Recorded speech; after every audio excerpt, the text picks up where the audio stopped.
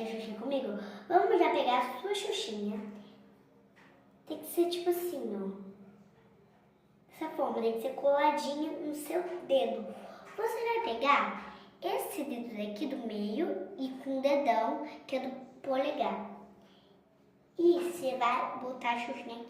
Depois que você botar assim, você vai passar o dedo aqui. Ó, você vai passar o dedo aqui. Depois de novo.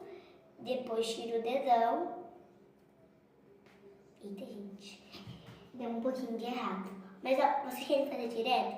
É assim, ó. Pim, pá, pum, pum, pum, pá, pim. Ai, gente, eu adorei essa trend. Se vocês também gostaram, já vão deixando o seu like nesse vídeo e já deixem nos comentários se vocês gostaram. Não esqueça de deixar nos comentários se vocês não gostaram dessa trend. Eu adorei.